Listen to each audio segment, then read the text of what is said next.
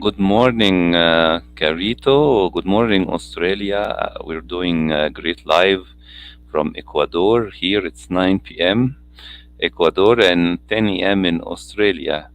Today, I'm very happy to welcome a great friend, a great artist, talking to us from Perth, Australia, Mrs. Karita Acuña, correct? Yes, it's Karito. Thank you. Yes. Hello, And everyone. Hello. Yes. hello. Yes. It's 10:22 a.m. here in Perth, in Yes, this paradise from Australia, and it's a pleasure to be connecting with you people.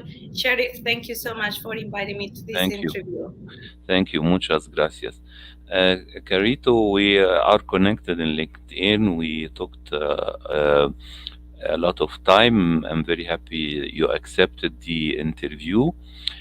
First, I want to know about your journey. As I see, you are a model and actress, and tell me, how did you get interested into arts in Colombia, and how did you travel to Australia as well? Well, oh wow, modeling in Colombia growing up. I am from the capital city, from Bogota, but Uh-huh. I have the luck to grow up in the Caribbean coast of Colombia. Colombia is a country that it has a lot of beauty pageant here and there. And my grandmother, I have the honor to grow up with her too.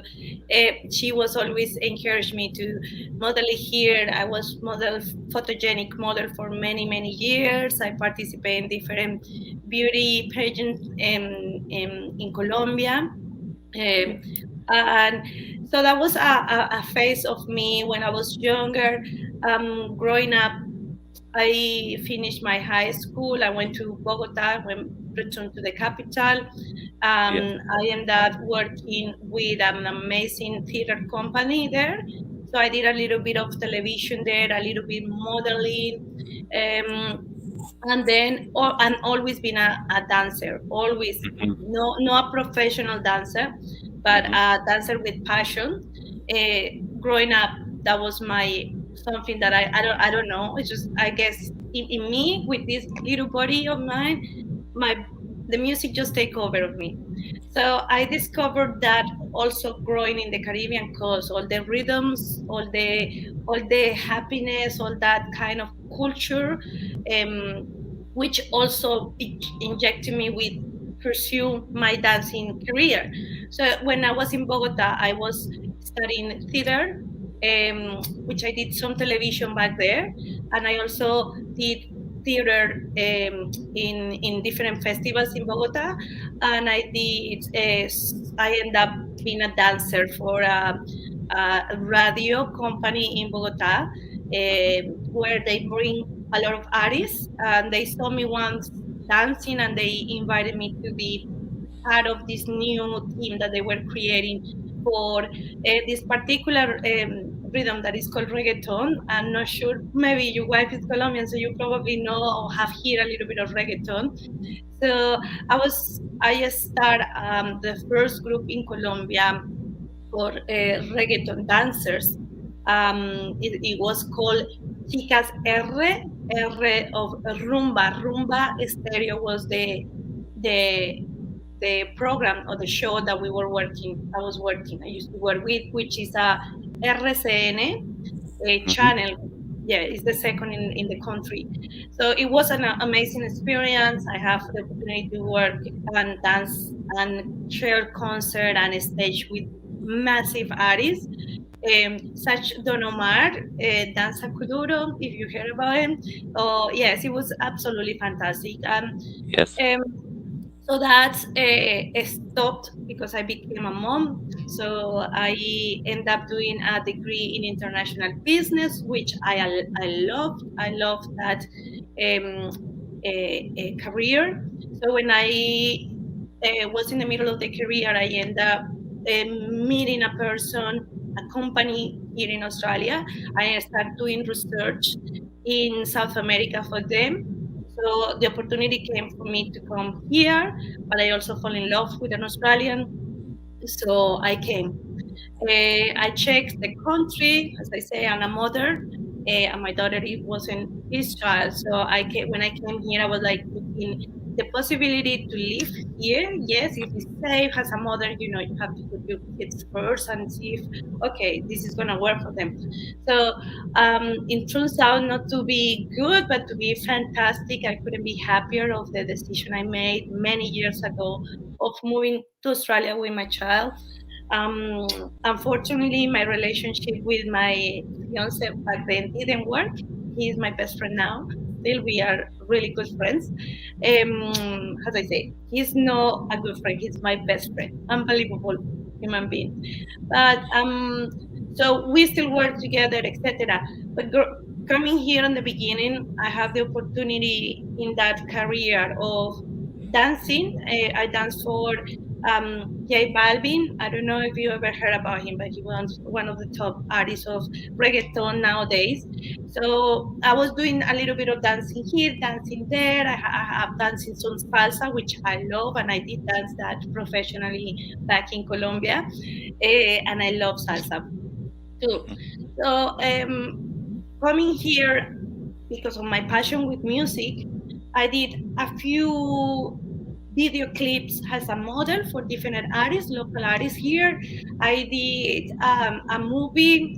I have done here bits and pieces in short films, etc. I also was a participant of My Kitchen Roots, which is like the Master Chef. I was in 2019. I was the first Latina that cooked for that show in Australia. It was the number one show in Australia, and it just put me in the spotlight for a long time. It was scary. It was the first time that I was into that kind of deal, because when I was a dancer, I was doing concert. People come ask you for autograph, and you've been dancing for like thousand, hundred of thousand of people, and I was okay with that. But when this reality TV show came, it was frightening because it was like wow, like massive. I guess I underestimate the the power of that show, or my participation on that show. However, it was great experience. Um, Unfortunately, I didn't did too good because I didn't have the right partner. Didn't know how to cook South American food. However, I have a hell of a time. I get to travel to another places of Australia that I haven't been. In this beautiful country, the people that participate in the show also we still friends with. Some of them became like long life family of friends, and it was an amazing opportunity. But just before that, going back with the music and my passion for music, the first time I came to Australia, I was I thought, wow, this place is amazing. However, I feel so isolated because different culture, different language, different way. Even you drive in the opposite side. I found myself sometimes driving in the opposite, see the cars coming in front of me. Oh, oops, sorry, go back to my line. It was so confusing. But I remember a moment that touched my heart so much. I was in my car with my partner back then, and I hear this salsa song that I never expected to hear in the radio, and that brought me back home and give me like a welcoming. It was amazing. It was a big deal because I just love music and I love salsa and dancing. However, music is a big part of our culture, or any culture. If we're gonna be honest, of course, any culture, you have your music. It's part of your identity. So I say, hey, why I don't do that? When I moved here, I found my way to did a radio course with Murdoch University and Radio Fremantle. It was an amazing opportunity because obviously the way that you broadcast in Australia, the values of the country, and what you can or cannot do, especially working in a community broadcast outlet, you have to be mindful and educate yourself. So I did that course. It was amazing, and I did a proposal for Radio Fremantle of Latin Studio radio show. So this show is been on air for 9 years since they approved this. They give us 2 hours on air. I remember doing this course with a very good friend of mine, Ronnie Ronald. He's a wonderful DJ, original from Africa. But when we meet here, I'm from Colombia, but I also have African roots because my dad is from the Caribbean of Colombia and my mom is from the Bogota. So it's a Mhm. Spanish and African. Um, so we connect so good. We did the show together. We worked for a few years. Unfortunately, he got too busy with being a wonderful DJ. He couldn't continue with the show, but the show continued. We have a lot of voluntaries that been part of the show. They come, they go. Some of them are students. Some of them join us for a little bit. Some of them, like our psychologist or our doctor or the immigration lawyer that we work. So we have a long relationship with people that work and help the community, and that's what our radio shows have done. It's not obviously the music is important. We share a lot of with different rhythms. We do specials, from all the countries when it's especially Independence Day. We do the whole music, the whole focus in that country. The rest is just a variety of music or a variety of rhythms, etc. But this show has given the opportunity to our community here, not just in Perth, but also in the rest of Australia and in the rest of the countries, like most of the South American countries. We have fans in Egypt, I believe. We have fans in about more than 50 countries around the world, around the globe with the So show. the So show is video or only on the radio? it's on the radio, but you can Yes. listen also on iTunes because Uh-huh. I work with two radio I stations. do. The first one is Radio Frio, which is Mhm. Monday from 1 to 3 p.m. Uh-huh. on 107.9 FM. And that station is in the south of Perth. So the antenna in the radio, it captures the south and some places a little bit Yes. on the north. Yes. The other show I do is on 89.7 FM, which is Mhm. a radio station in the north of the city, so that it covers that area of the city. But everybody can listen to us online everywhere around the world, around Uh, the globe, of course. by And on logging into iTunes, iTunes, they can find easily the show. iTunes, Right. yes, Latin Studio on iTunes. That is with Yes. 89.7 FM Perth.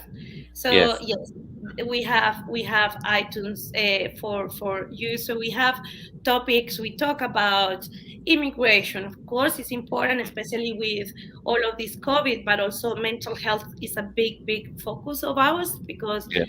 uh, immigrate to any country is difficult and be here many years. I know I have that experience under my belly, and I know most of the times it's very you feel very vulnerable or alone or depressed or etc. So you need somebody in your same language until you kind of, Adapt.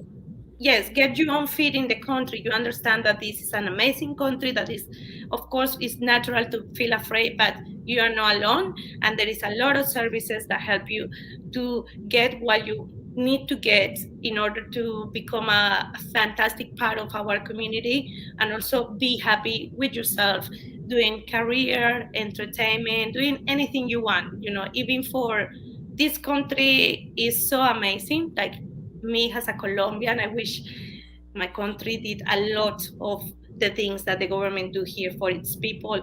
So, um, we focus a lot in the community. There is a lot of unfortunately accidents. That, for example, a person is doing a Uber delivery and have an accident. Sometimes Yeah. some sort of um, how can I say, some sort of uh, people don't do the right thing, like companies, like especially we're going to talk about insurance. So we do a lot of social work in terms that we support a lot of the fundraisings that are happening. So unfortunately, there is some sad stories in the community. People come here, get diagnosis with cancer in a student visa. You can imagine how heartbreaking that is for any human, and how difficult, almost sometimes impossible, is to deal with a person in another country that just arrived, and then you find out that you have a probably a terminally ill sickness. So we trying to look after our community, because there is people looking after the community. We're trying to look after that people to help them make a bigger. That's what our radio show does, like make be the voice of our community. And that's what I've been focusing all these years. I have done dancing, yeah, in festivals with artists. I do a lot of MC work with different festivals here. Most of it as Latin American festival, but also other things, fashions, parades, etc. So our show give the opportunity to our community to connect with your language, with your culture, but also educate the people that especially just arriving here, uh, with topics that are important. And if you know them from the beginning, it's going to save you a hell lot of problems in the future. Because, for example, if you're driving and you need within 3 6 months, I believe you have to get your driver license full, or your permit if you're going to live here. Or if you're a student, it's a different rules, different things apply. But if you don't follow the rules, this is not like in Colombia. You pay big prices because there is fines. And this great thing about this country is that the law works. So anything that the rules are there for people to follow, and we can enjoy this amazing country. Because if those rules weren't in place, it will be a chaos like in Colombia. But Yes, I love my country. I love Colombia. I love the people in Colombia. I think we are Latinos in general, very happy, very genuine people, very yes. welcoming, very warm. However, in terms of the management of the country, that's another different story. um, that's another thing that I'm not passionate about politics, but I prefer to stick with the entertainment industry than politics. Of course, it is the Because best yes, thing. it's painful. Yes, but tell me, Karita, what is special about the city you are in, Perth, among Well, this other famous Australian city like Melbourne? Western But Australia. what is special about it? Wow, what is not special about this city? Let me tell you. Um, well, the thing that strike me the most, especially I come from a city like Bogota. I was living my last year doing my degree and raising my child in Bogota. There is a lot of traffic, there is a lot of people, there is a lot of holes on the roads. I know Ecuador have a pretty good roads, but in Colombia the roads have holes, and there is raining, and there is beeping, and people is stressing out, and there's millions of people running late for work every morning. I don't miss that. You land in bed and it's just peace. It's peace, tranquility. Mm, You drive your car and it's nice. Everything is clean. Everything is just. It's like a dollhouse. It is beautiful. It's fantastic. But that's just the beginning of it. You see, the city is so well um, administrated, and you have a lot of green areas, a lot of beautiful parks, the river, the building. The city is still growing. This state that we live on, Western Australia, it is very, very rich in mining sources. So it's a lot of mining activity, and that's what actually makes these states. It support the state economically, financially, and also the country. After COVID-19, it was the only state that keep going and actually grow in the middle of the crisis. If you can imagine growing in the middle of this pandemic, yes. you kind of get a grip of what I'm talking about. So this, a part of that, you go to the coast in Perth. Anytime, anywhere you go to the ocean, you will find yourself a fantastic landscape, because the water, the sun, the rocks, everything is gorgeous, absolutely fantastic.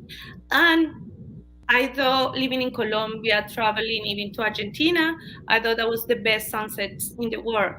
And I was so wrong, because here the best sunsets in the world. I don't think, unless I go to, no, I don't think the sunsets in this place are magical. Like even on winter, you find the sun, the sky sometimes even raining, and you see the dark clouds. Is like epic. Every sunset is epic. It's just like a, is you go to a show, a live show that the planet puts for you. It's just wonderful, and I love nature. I love animals. So for me, going, I do. If I go every day, if I can go every day to watch the sunset, I go. But I regularly go every second day. I don't live so close in the coast right now. Unfortunately, I bought a house more near the mountains, but in the coast is just gorgeous. But also you can drive here an hour and then you are in another paradise, in a river. Is a lot of trees, is gorgeous. Or you keep going, is Margaret River, the winery area of Perth. So you have this fantastic, oh wow, wineries. You go to this house, you try here. There is a tour. They make a tour. You hop in a bus. The bus take you to this winery. You try the wines, and then go to the next house, and then. But it's gorgeous. I cannot tell you with word how beautiful the landscapes are, but you can imagine. Um, so that's just one, and then you keep going to the south, and then it's, Bunbury, and then it's, oh, my favorite place on earth. Well, it's Esperance. It's called El Lucky Bay, which is in a bay in front of the ocean. It's gorgeous. It's gorgeous. It's in a national park. It's called Cape Legrand. That's something that I really love about Western Australia too. That you can camp. You go there and you find a wonderful spot for camping, and you say, "Oh, this is amazing." But then you go another kilometers here, and then you find another even better. Like, oh wow, like it's just, it's discovering. And I like the nature. I like the adventure. So there is a lot of amazing landscapes here, places that you can go camp. Yes, I enjoy a 5-star hotels, but I do prefer a billion-star hotels. Camping in the middle of nothing, and you can see the Milky Way. Look at the stars, so many shooting stars. Is gorgeous. This place is very special in many ways, in many ways. And Lucky Bay, which is in Cape Legrand, is my favorite place in Western Australia. I still have a lot to discover, I guess, but on Earth, Lucky Bay, which I'm going very soon in the weekend. I'm going back there. I'm been there like probably 10 times, and it's like 8 hours drive there. But it's gorgeous. You drive, and just imagine this is the ocean, is blue, and there is the carretera, sorry, the road. You drive in the road, and in the right hand side is a pink lake, massive pink lake. So you find yourself driving in the middle of the ocean, and this pink lake. I never expected to do that or live that. I didn't even know there was a pink water, or well, it's not the water, but the soil. However, it's just breathtaking. It's unbelievable. It is gorgeous, gorgeous, gorgeous, and I guess in the world, the best beaches in Australia. Absolutely, absolutely. Yes.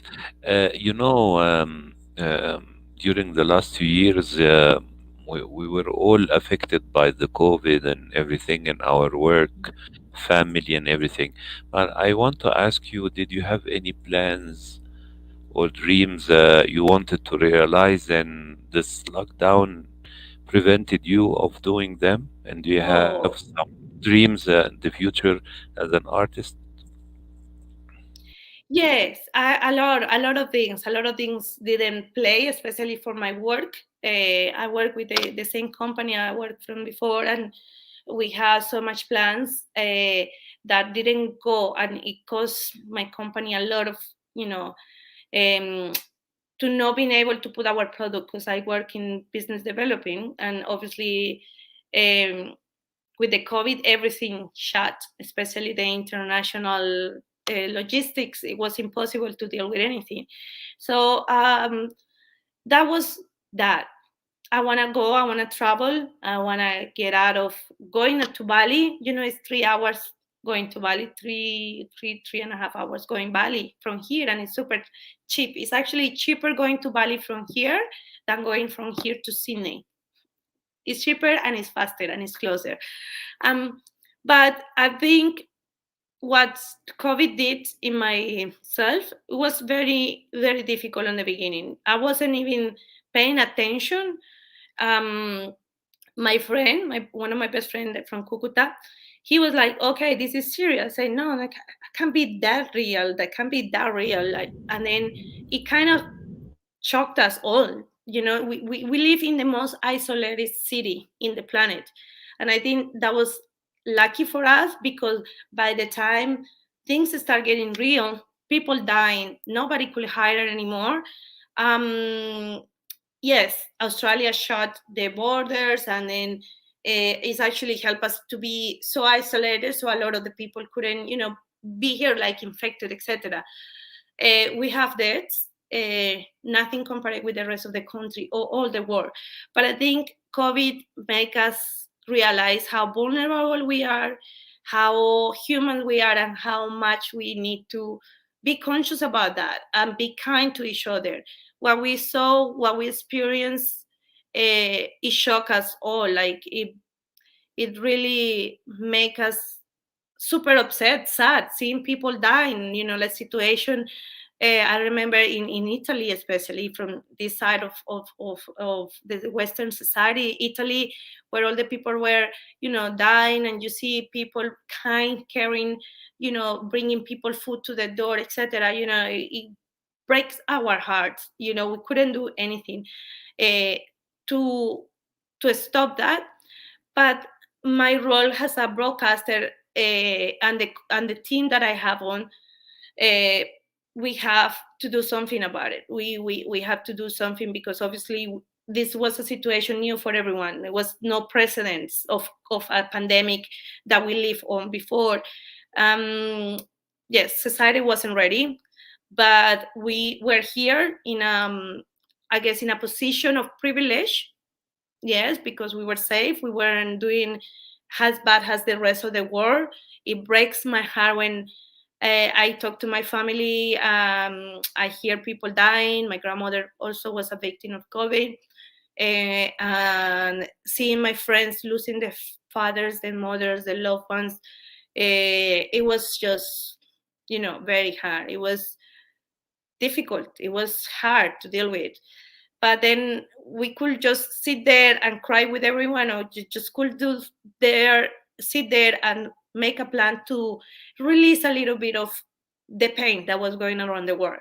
So we carry on with our show, and the government also give us a lot of support in our language, in Spanish, of the situation, because obviously with COVID, there is a lot of terms. We didn't know what was a cepa, what was the strain, or what is, this, or what is the vaccination, or what is the, etc. So all those terms with COVID and all that information, the government shared it with us, so we could share it in Spanish too, and we could educate our community. We work with a doctor. He also instructed, because some people didn't take it so seriously, like, oh no, that's not even so. Still nowadays you can see people saying that it's not real. Yeah, but when you go back and look at the footage of Brazil, it's heartbreaking. It actually gives me goosebumps. Like, how sad. In Colombia, I saw a lot of the videos when, mothers cry, like wife, husband losing the parent. It's just, absolutely horrible. We need to do something. Being media, being engaged with the community. We were trying to educate the people, in Spanish. Okay, we have the doctor in a very regular basis to speak about the virus, about what is infection, what is, etc. Together with the information that the government shared with us, we kind of were advising the our people here, the Latin American community, the Spanish speakers, what we're supposed to do, what we're not supposed to do, what were the advices, the mask, the hygiene, the social distancing, etc. But also, while we were dealing with the death, that was a lot of mental health issues, a lot of mental health. First, because of the isolation. There is a lot of lonely people here. And if you are a student, you come here and then this happened. A lot of the students were depending on the work, to feed themselves, to carry on with their normal life. But then you see a person in the community doing a bank food, trying to help these students that didn't have anything, put it together. And I'm very proud of my community here. I'm gonna say that not just the Latino community, the Australian community and the Perth community. Something happened, people come together and help. People do that here. And during the pandemic, we saw several people going up there helping others that were in more harder situation than us. So that's what we did. COVID with the radio show, very frightening, very scary, this thing from the beginning. Until just a few weeks back, we have an outbreak, a local outbreak that didn't happen since the beginning of COVID, because we were living all these years here safe. We have a normal life. We didn't have COVID because we were very isolated, like everything here coming to Western Australia was almost impossible, like to bear. Like even if you are an Australian citizen, even you have family, no, you have to do some sort of things. And because this situation have no precedent, obviously the government wasn't prepared, and people probably don't understand that. We weren't prepared. The government is trying to do everything they can to help us manage this. Nobody was an expert in COVID. As we go on, right now we have an outbreak of, and the Omicron, I think it is that one, just nowadays. But before that, we didn't have anything. We have some scares, and then some people trying to cross the border, being cheeky. They pay the price, go to jail for, pay the fine. But it was not a joke. It was not, obviously, COVID is not a joke. It's not it's real. It's a reality, unfortunately. Good thing here that we have about 80-something double dose vaccination rate.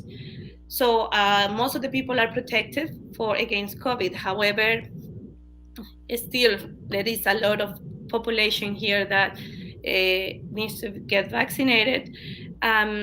We need to deal with this. Obviously, serious, because COVID kills people, and the government here has been trying to protect the people for the last past year. A very, very high cost, because obviously there was families, they working in the mines in another city, or they were in another place, and it's heartbreaking also, seeing parents not being able to see the little ones because they're in another city and they can come here. Of course, it's heartbreaking, it's horrible, and we wish that situation didn't have to happen like that. But in terms of COVID, I can't comment because I'm not an expert, but I lived through it, and we just have to do, I guess, the best we can do for ourselves, our family, and our community, because yes, it's a pandemic, and we are not over yet.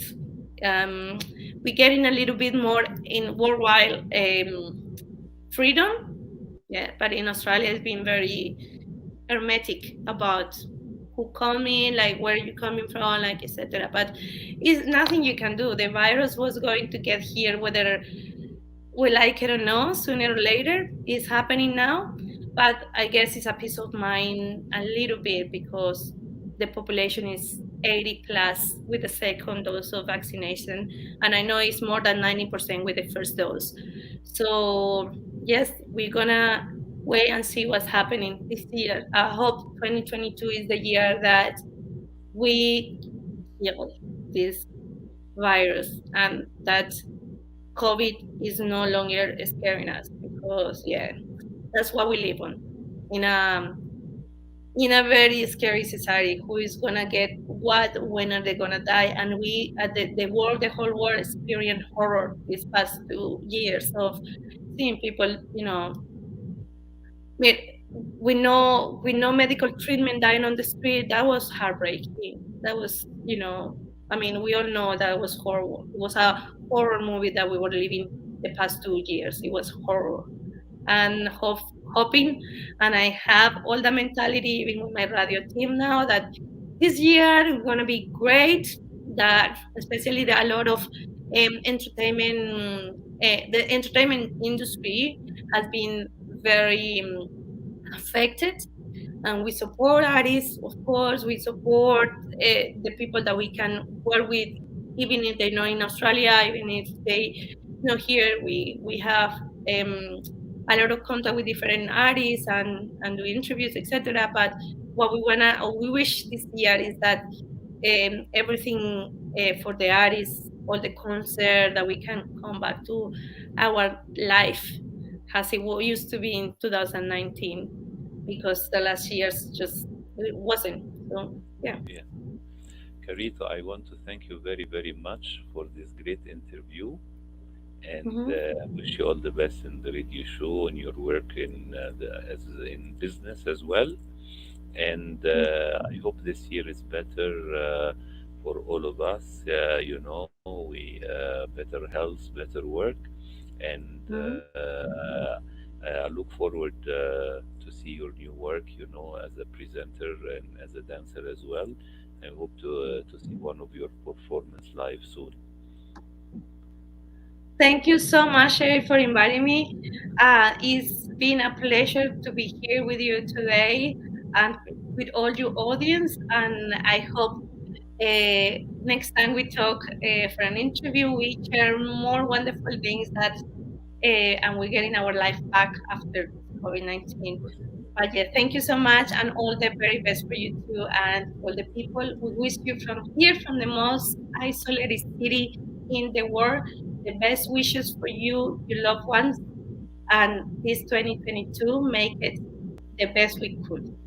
Thank you very much, Gary. Yeah, have a lovely day. Thank you very much.